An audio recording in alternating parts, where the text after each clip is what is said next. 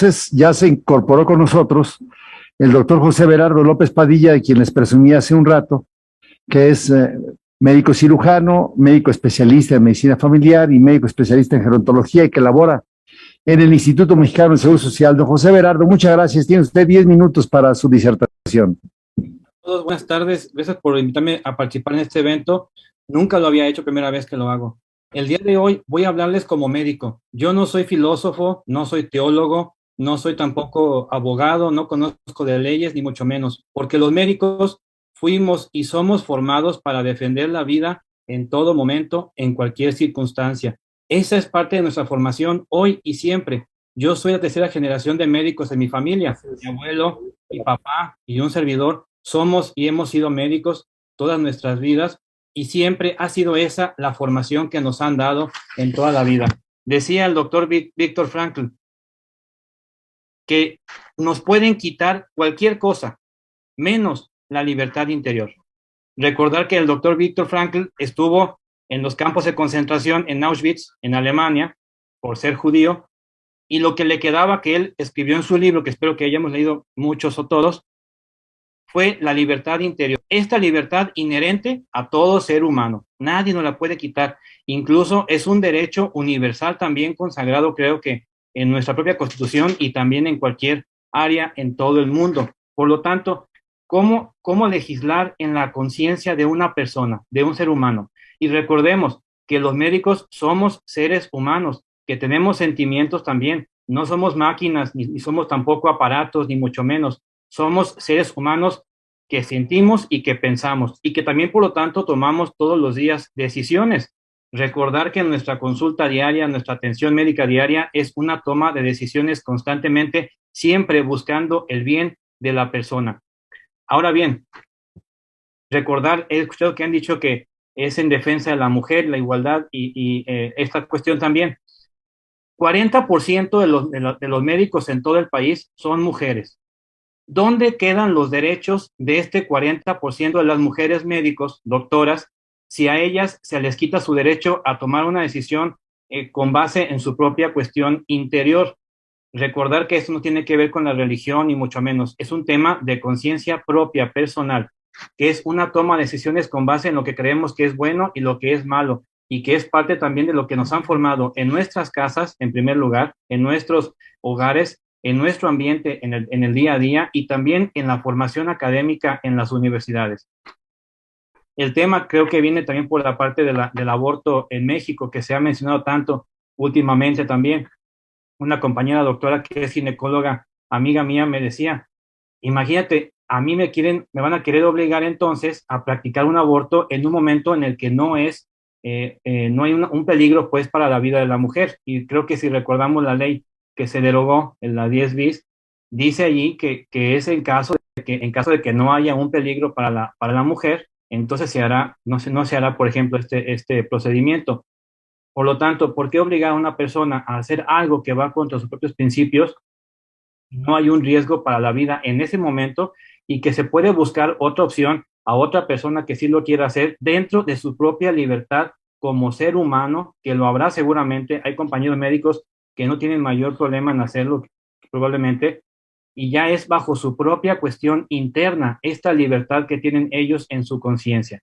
Por lo tanto, creo que tenemos que también tener esta parte de entendernos como seres humanos y no nada más como aparatos o como máquinas o como seres no pensantes, ni tampoco que tengamos sentimientos. También invitarlos de verdad a que reflexionen en torno a esta parte en la que también los pacientes incluso tienen este derecho a decidir y lo hacen. ¿Cuántas veces un paciente se niega a recibir un tratamiento? ¿Cuántas veces un paciente se niega a recibir una atención médica quirúrgica o de cualquier procedimiento con base en la información que tiene, en sus propias creencias también muy particulares? Y recordar que nuestro país es muy sui generis. Aquí confluyen muchísimas culturas. No nada más es el tema de la mujer, es también el tema cultural de cada región del país, que es muy diferente una de otra, incluso a pocos kilómetros de distancia de estas. Entonces, tener en cuenta también esta parte en la que las personas todos los días deciden sobre su propia salud, sobre su propio cuerpo, sobre su propia pues parte de su ser, y lo hacen sin que el médico intervenga a obligar a nadie, porque finalmente digamos que este paternalismo que quizás se dio mucho antes, a lo mejor hace 50, 60 años, actualmente ya no hay esta cuestión en ese sentido, sino que hay una participación mutua de paciente y de médico en tomar decisiones con base en la salud de cada uno de ellos. Por lo tanto, entonces, es una práctica que se hace todos los días, la de tanto el médico como el paciente. Por eso mismo también los invito de verdad a que consideren esta cuestión y tomen en cuenta a los médicos, tanto mujeres como hombres, y no quitar un derecho que finalmente es universal. O sea, ¿cómo alguien va a querer legislar en nuestra parte interna? ¿Cómo alguien va a querer meterse en nuestra mente y decir esto está bien o esto está mal? Creo y entiendo que no todo lo que es legal es siempre moral o incluso ético. ¿Cuántas veces en otros países ha sucedido que se han dado leyes, que se han generado pues artículos legislativos que no siempre acaban siendo morales o éticos? Y eso lo podemos ver a través también de la historia. Un servidor es apasionado de la historia, me encanta la historia y lo podemos ver en muchísimos momentos. El tema de la conciencia es un tema antiquísimo, desde también con Sócrates, que se ha venido mencionando. ¿Cuánta gente por sus propias creencias han muerto o han dado su propia vida incluso por defender sus propias creencias? Entonces, ¿a qué grado es importante ese tema para cada ser humano? Al grado de dar la propia vida en todos los sentidos. Les decía, no soy abogado, yo sé que no son a lo mejor argumentos muy contundentes, sino hablo como médico nada más en mi experiencia personal y porque también lo veo todos los días en mi consulta.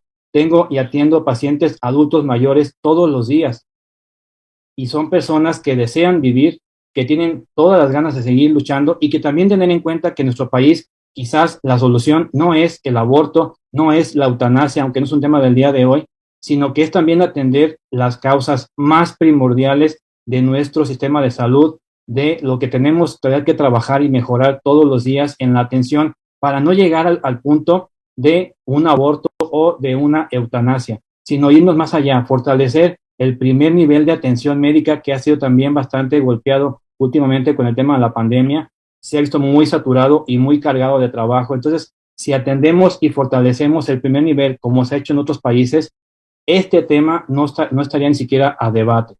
Se habla de mortandad también en las mujeres, el tema del aborto.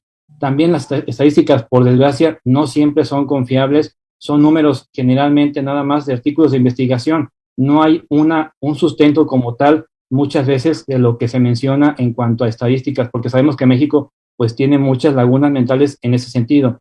Entonces, yo propondría fortalecer primer nivel de atención médica en lo que es el tema de prevención. De verdad, la medicina familiar como pilar de este primer nivel para que no lleguemos a este extremo. Le queda un minuto, doctor, por favor. Para concluir, de verdad también tomar en cuenta que los médicos, hombres y mujeres, somos seres humanos pensantes y con sentimientos y que entonces no tenemos por qué perder nuestros derechos de tener y tomar decisiones con base en el tema de ética y de moralidad. Muchísimas gracias, doctor. Gracias. Todo que se verá ahora desde el Instituto